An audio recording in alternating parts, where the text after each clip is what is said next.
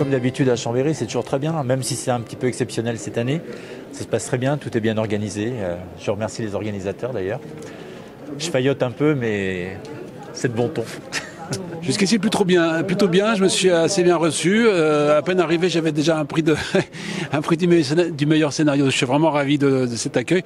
Et comme je le disais, j'adore ce prix parce qu'il est très beau. C'est des dessins de Franquin remis en 3D. Donc, vraiment, c'est l'un des plus beaux prix qu'on puisse recevoir. On a été sevré de festival pendant un certain temps.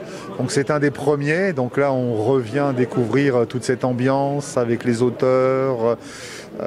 On recherche de nouveau un lien social quoi, avec les auteurs et puis des amis quoi, qu'on rencontre de nouveau dans les festivals. Je suis venu explorer des auteurs que je ne connais pas forcément, avec la chance d'avoir des dédicaces absolument magnifiques, souvent avec des dessins qui sortent du champ, des rencontres humaines aussi, des échanges avec des auteurs absolument passionnants et je dirais que malgré la Covid, on a beaucoup de chance à Chambéry de pouvoir venir faire ça. Ouais. C'est le deuxième prix que je reçois à Chambéry.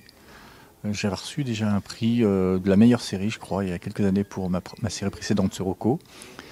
Et par rapport au Festival de Chambéry, une fois aussi, j'avais été président d'honneur. Oui, très très symbolique, parce qu'effectivement, je traînais pas mal dans le festival quand j'avais eu 9-10 ans. Enfin, c'est là que j'ai commencé à lire un peu de la bande dessinée. Donc forcément, les éléphants d'or, je les vois depuis un petit moment. Et ça représente un peu... c'est émouvant, quoi. Enfin, ça fait hyper plaisir. C'est un peu une reconnaissance, beaucoup de choses... Voilà, ça fait plaisir.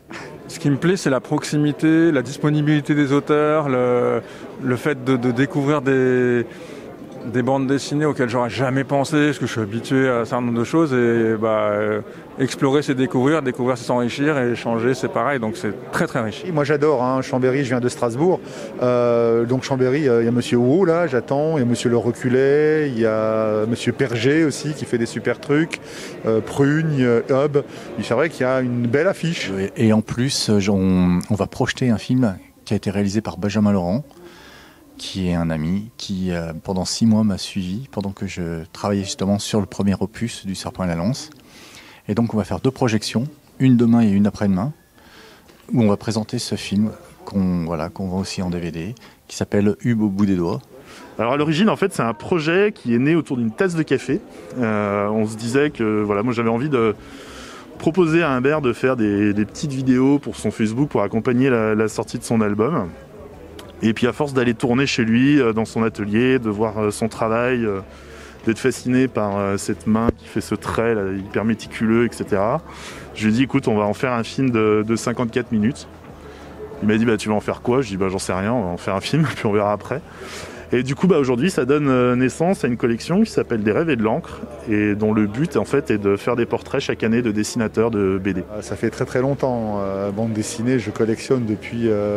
je compte plus les années, quoi. Vu mon grand âge, je ne compte plus les années. J'aimais un peu la bande dessinée, et puis on m'a amené un jour à un festival, et j'ai trouvé sympa, moi, le contact avec les dessinateurs, et je vous explique un peu ce qu'ils font, pourquoi on aime ça. Il y a un bon esprit aussi.